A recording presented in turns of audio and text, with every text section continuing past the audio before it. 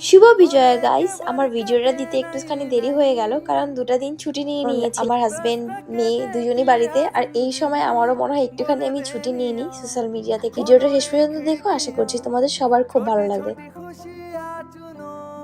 ও শুভ শুভ ও শুভ শুভ ও শুভ